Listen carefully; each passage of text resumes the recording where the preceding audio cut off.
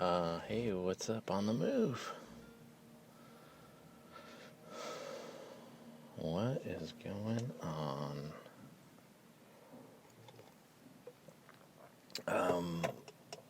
I had some things to just on my mind. I don't know. I was talking to myself. That's when your mouth's on autopilot. When you're just like, I was talking. It's like you were. No, you weren't talking. I was talking to my son when I dropped him off at school. We were talking about our super battle this morning. That was cool. No, in my own head, I was talking to myself about animation.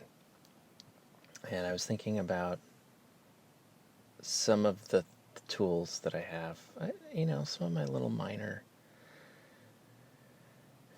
discoveries. I've made some discoveries that have been really helpful. One of the big, giant breakthroughs I had, I don't know, maybe 20 years ago, was this guy who wrote a book called Acting for the Professional Actor. I think that's what it's called. And it's by Michael Chekhov, who was one of Stanislavski's kind of pupils. And he sort of went punk rock and rogue and started his own sort of school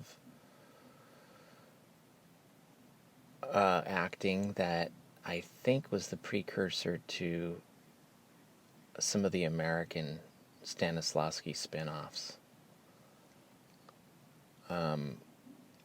Like Hollywood had its version of the method.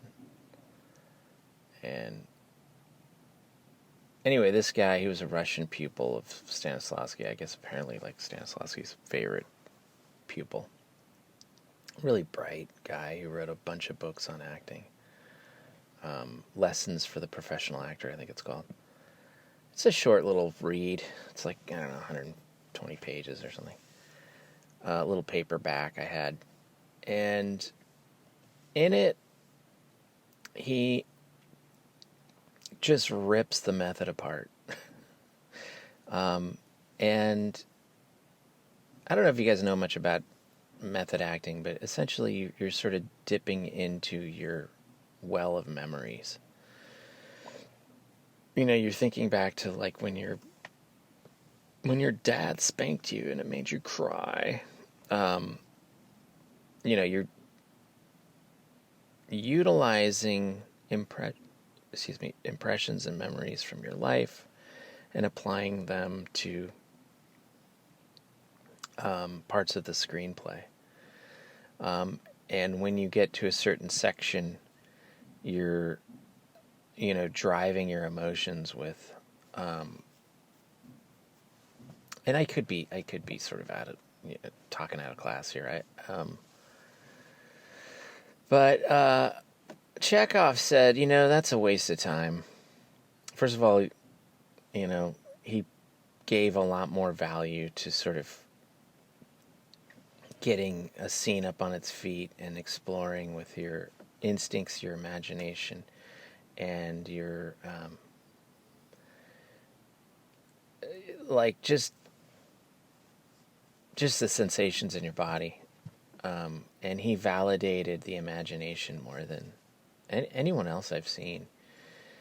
And I sort of equate Stanislavski's The Method to shooting video, live action video. A lot of animators will shoot themselves on video and then bring that in almost as a lineup layer and study it. I think there's a lot of validity to this. I worked with this director that totally insisted on lots and lots and lots of video reference, and I got used to using it. It's not my favorite thing to use. Henry liked using it. Or Henry didn't really care, but it was helpful to achieve kind of the look and feel he was after. And so that to me is like the method. And the method is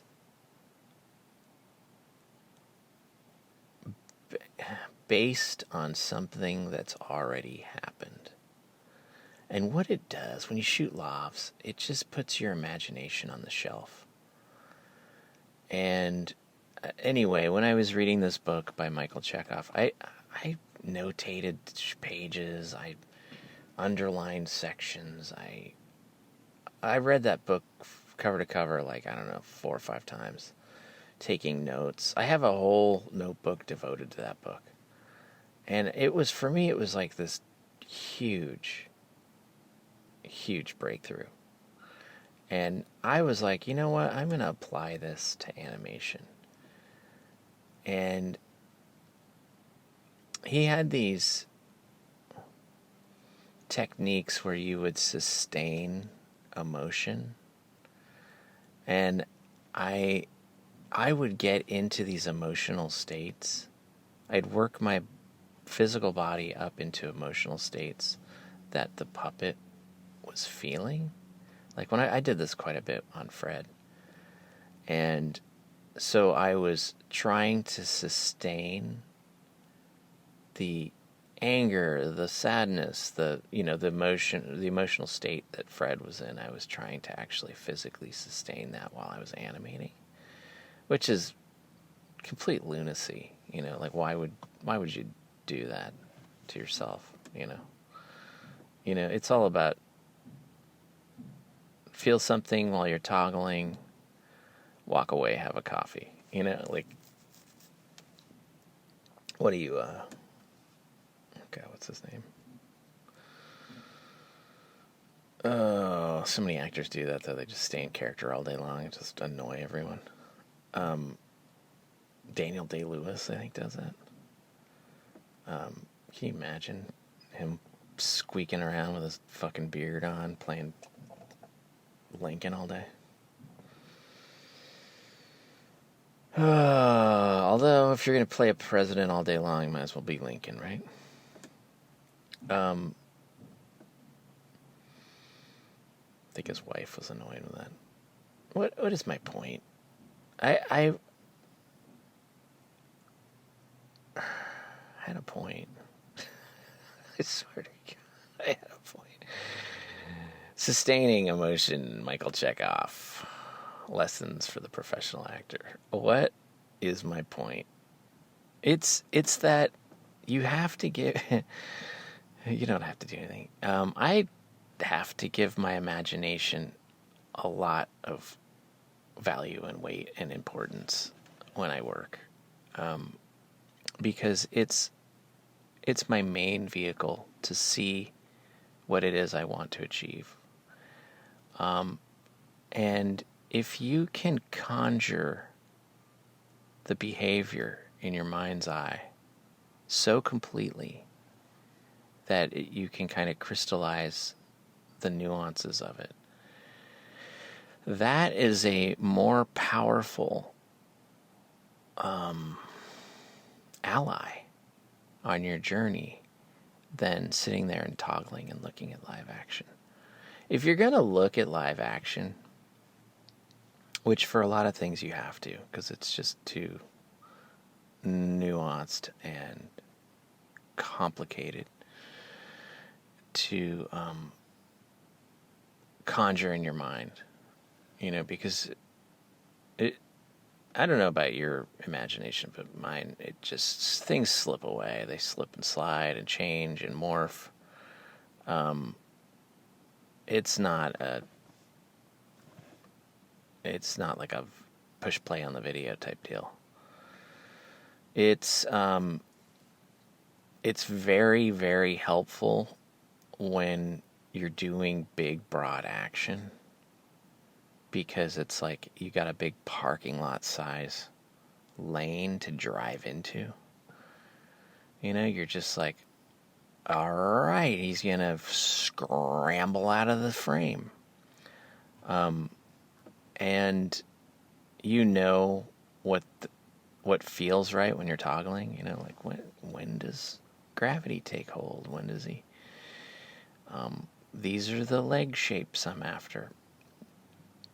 But if you're doing, like, for example, I did a fight scene on this movie Divinity, and it was like really anatomically correct stuff. It was like the puppets looked realistic. The director had gotten actors and shot the scene with like stunt people.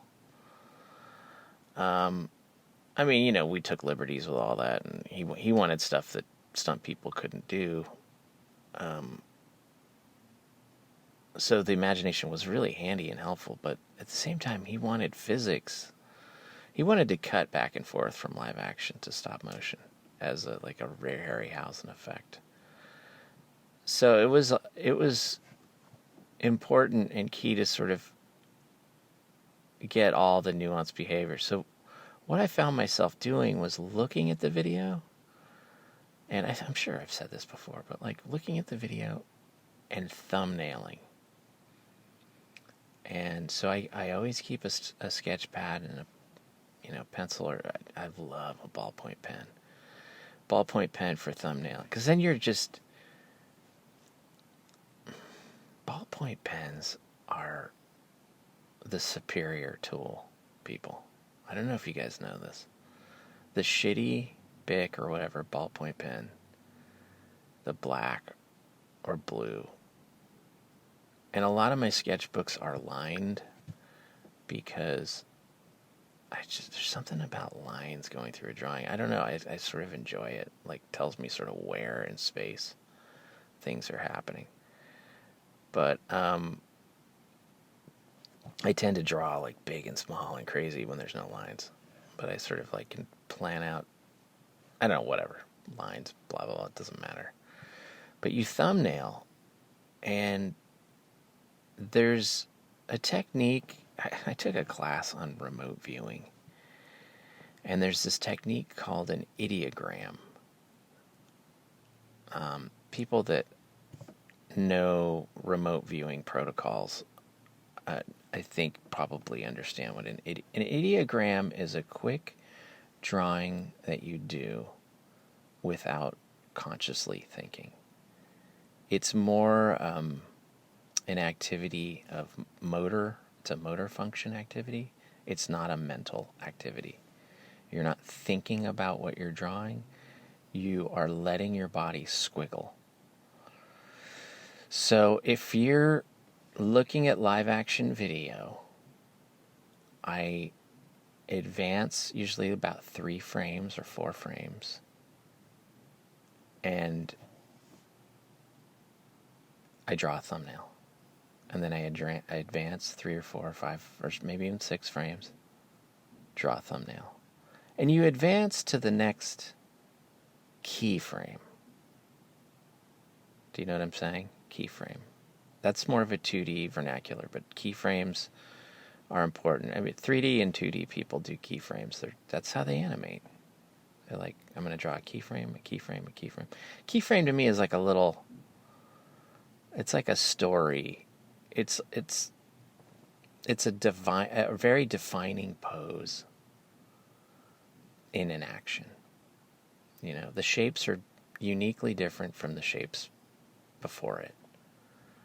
When a character's running, everything's pretty much a keyframe. So you almost do your thumbnails on 2s or 3s. If it's a fast run, you gotta kind of thumbnail on 2s, because the body is every 2 frames is so radically different from the drawing before it. Because what you're trying to do is get the mechanical relationships of all these shapes.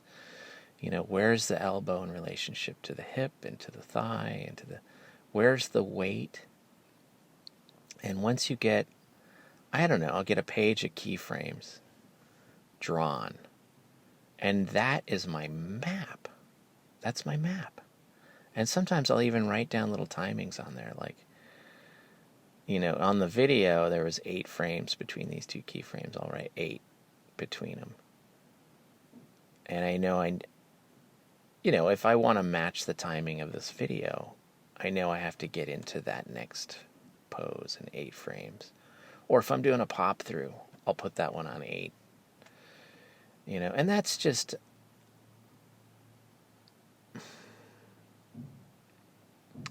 loose. I don't ever get my timings off video. I think that's a mistake.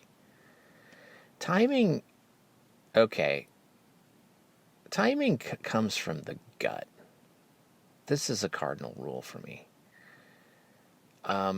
When timing goes into analytics and rational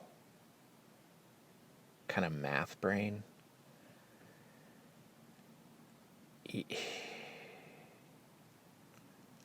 my shots tend to be poorly timed.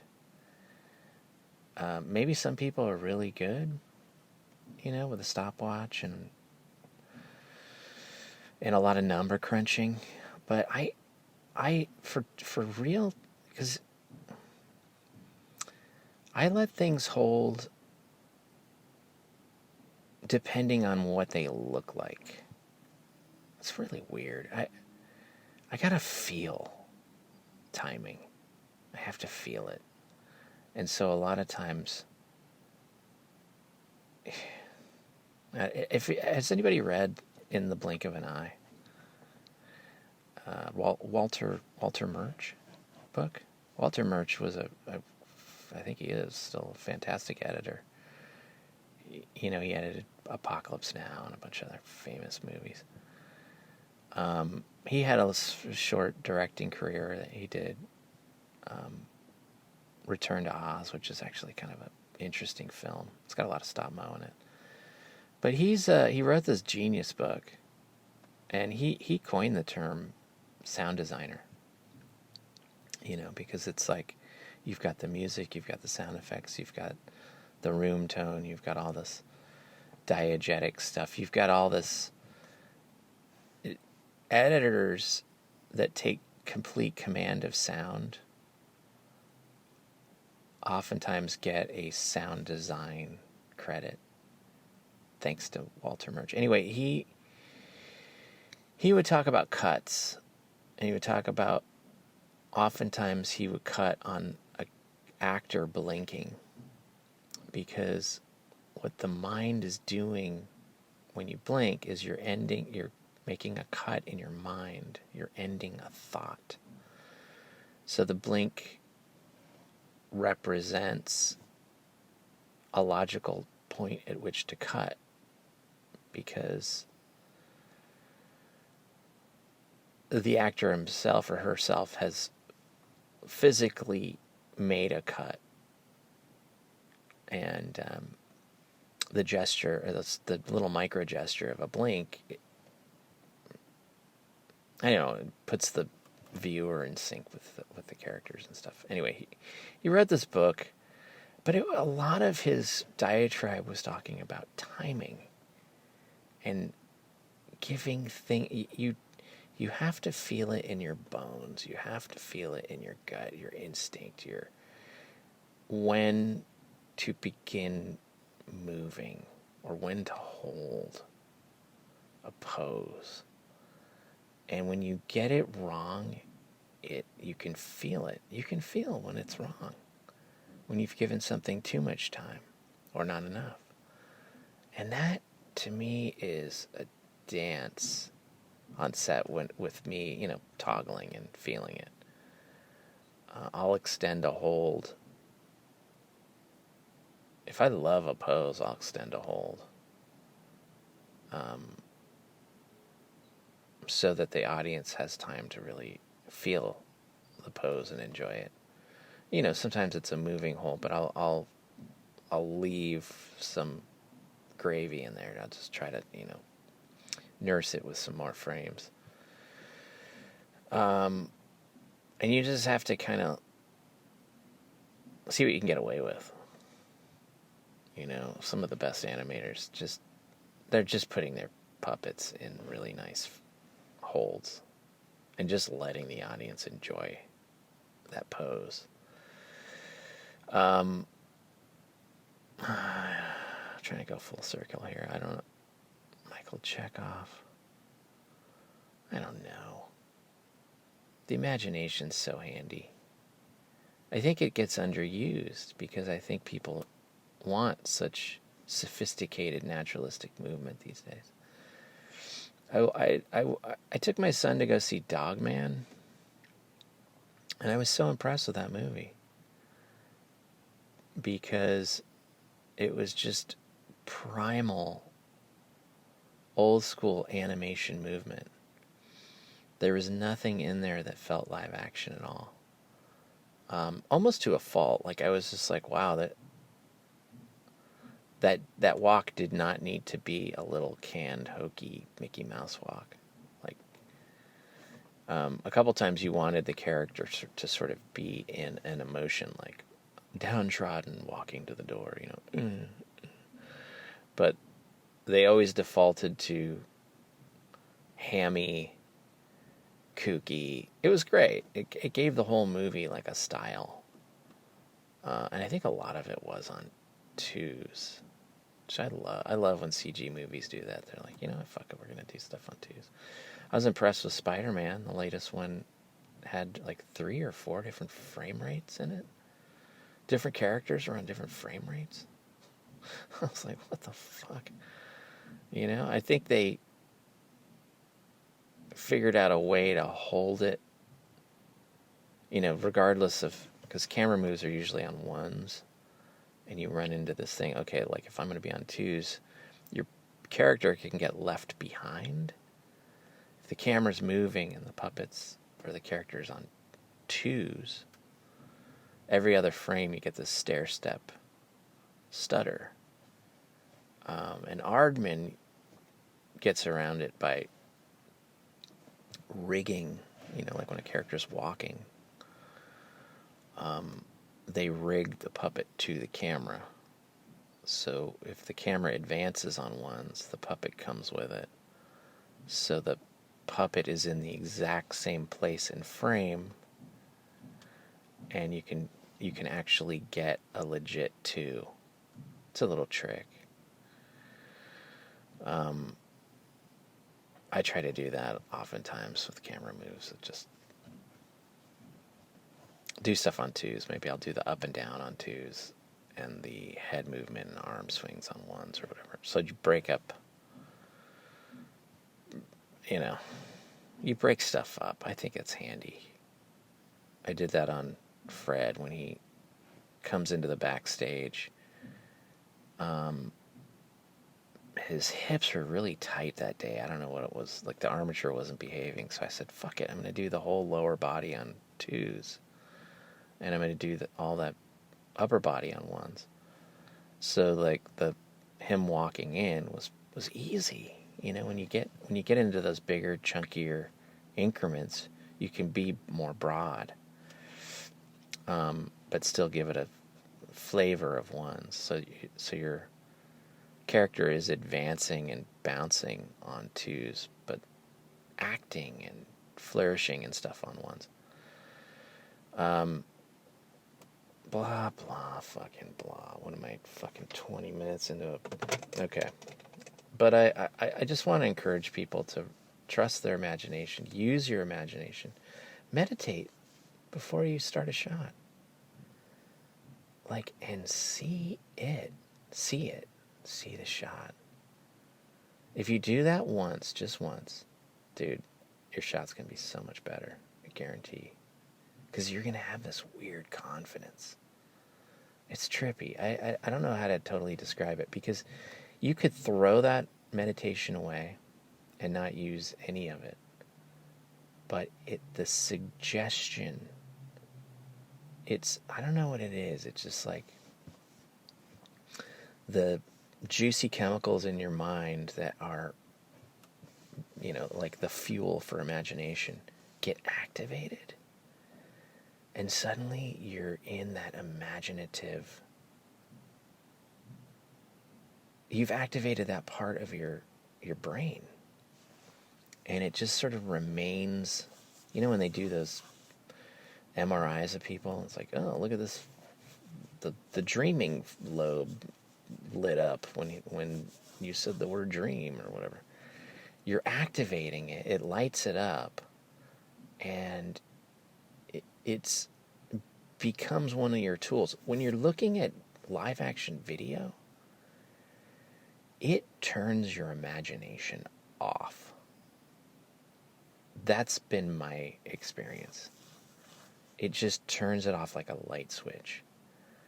And suddenly you don't trust anything that you're doing on stage.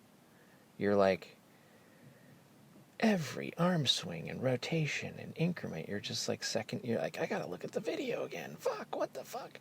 Were his hips rotating this way or that way? Fuck.